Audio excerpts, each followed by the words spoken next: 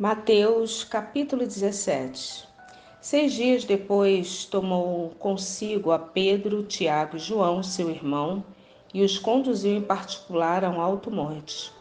E transfigurou-se diante deles, e o seu rosto resplandeceu como o sol, e suas vestes se tornaram brancas como a luz. E eis que lhe apareceram Moisés e Elias falando com ele.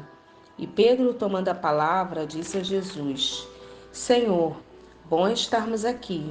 Se queres, façamos aqui 3 tabernáculos, um para ti, um para Moisés e um para Elias. E estando ele ainda a falar, eis que uma nuvem luminosa os cobriu.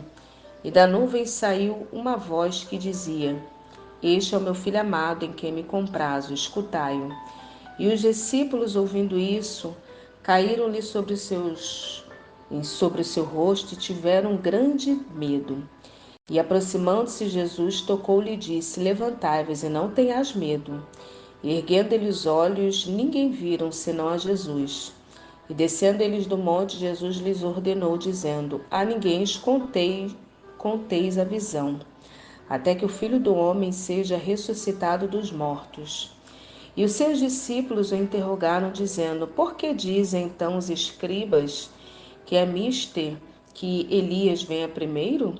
E Jesus respondendo disse-lhes: Em verdade, Elias virá primeiro e restaurará todas as coisas. Mas digo-vos que Elias já veio e não o conheceram, mas fizeram-lhe tudo o que quiseram. Assim farão eles também padecer o Filho do Homem. Então entenderam os discípulos que lhes falara de João Batista. E quando chegaram à multidão, aproximou-se-lhe um homem, pondo-se de joelhos diante dele e dizendo: Senhor, tem misericórdia de meu filho, que é lunático, e sofre muito, pois muitas vezes cai no fogo e muitas vezes na água. Trouxe aos teus discípulos e não puderam curá-lo. E Jesus respondendo disse: Ó geração incrédula e perversa, até quando estarei eu convosco? Até quando vós sofrereis? Trazei-mo aqui.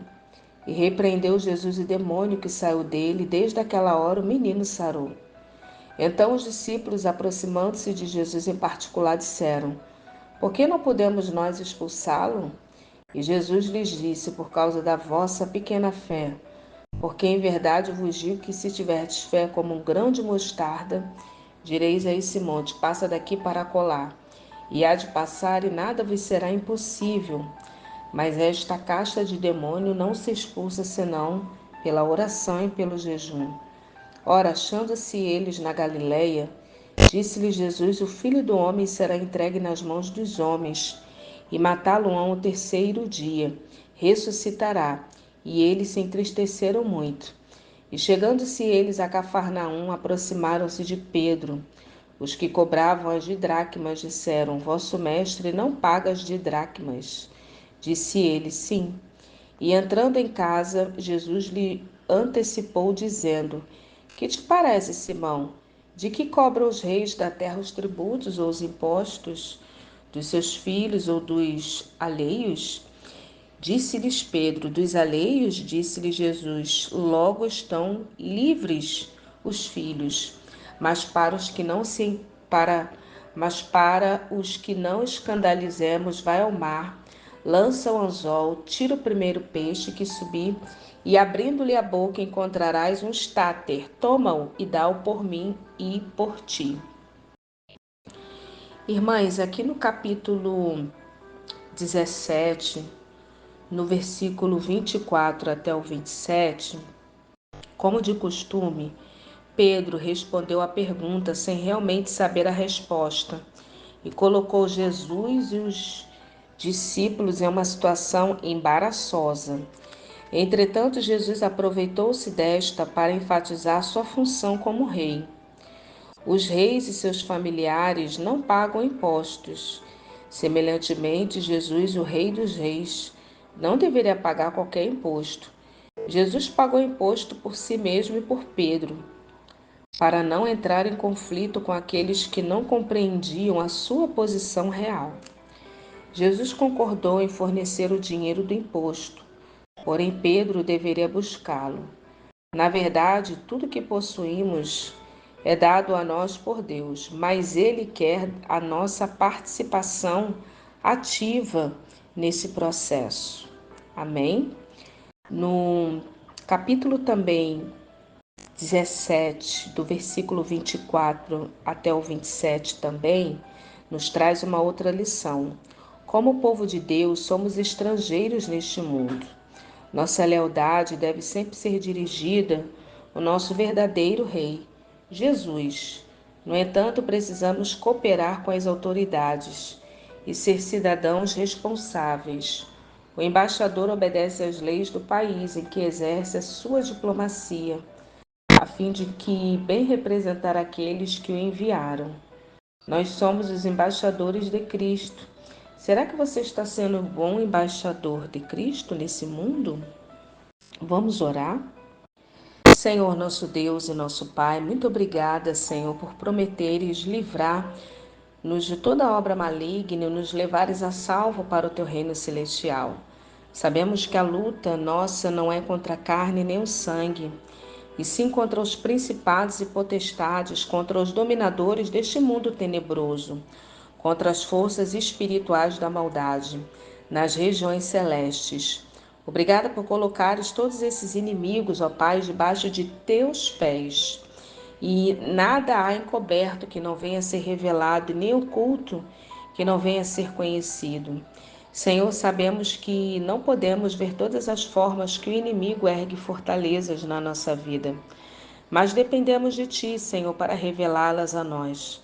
Obrigada por vires proclamar a libertação aos cativos e restauração da vista aos cegos, para pôr em liberdade os oprimidos. Sem Ti somos cativas dos nossos desejos, cegas para a verdade oprimida, mas contigo vem a libertação. De tudo isso, Senhor, nas Tuas mãos estão os nossos dias. Ó Pai, livra-nos das mãos do inimigo e dos nossos perseguidores. Sabemos que a nossa libertação vem de Ti, Senhor. Obrigada por tirares-nos das muitas águas e livrares-nos, Senhor, do forte inimigo. Ó Pai, nos ajuda a ficar firme, ó Pai, ó Deus, na liberdade na qual Cristo nos libertou, e ajuda-nos a não nos submeter de novo a qualquer jugo de escravidão. Clamamos a Ti, Senhor, e pedimos que o Senhor nos liberte de qualquer coisa que nos escraviza ou que separa de Ti. Pedimos especificamente para sermos libertas, Senhor, de áreas que não Te agradam. Ah, Senhor, onde abrimos a porta para o inimigo e para os nossos próprios desejos, nos arrependemos de tê-lo feito. Mostra-nos onde estamos andando em desobediência, para que possamos mudar o rumo e viver em obediência aos Teus caminhos. Dá-nos sabedoria para viver em obediência aos Teus caminhos. Ó Pai, nos dá sabedoria, Pai. Ó Deus amado, sabemos que, mesmo que nós venhamos a andar na carne, nós não militamos segundo a carne, porque as armas da nossa milícia, elas não são carnais, e sim poderosas em Deus para destruir fortalezas. Em nome de Jesus, te pedimos que todas as fortalezas erguidas, ó Pai, ao redor pelo nosso inimigo sejam completamente destruídas. Transformas todas as trevas em luz diante de nós, Senhor. Endireita os caminhos tortuosos. Sabemos que aquele que começou a boa obra é fiel e vai completá-la até o dia de Jesus. Dá-nos paciência para que nós não venhamos a desistir, Senhor, e força para manter-nos na Tua palavra. É isso que nós te pedimos e te agradecemos em nome de Jesus. Amém.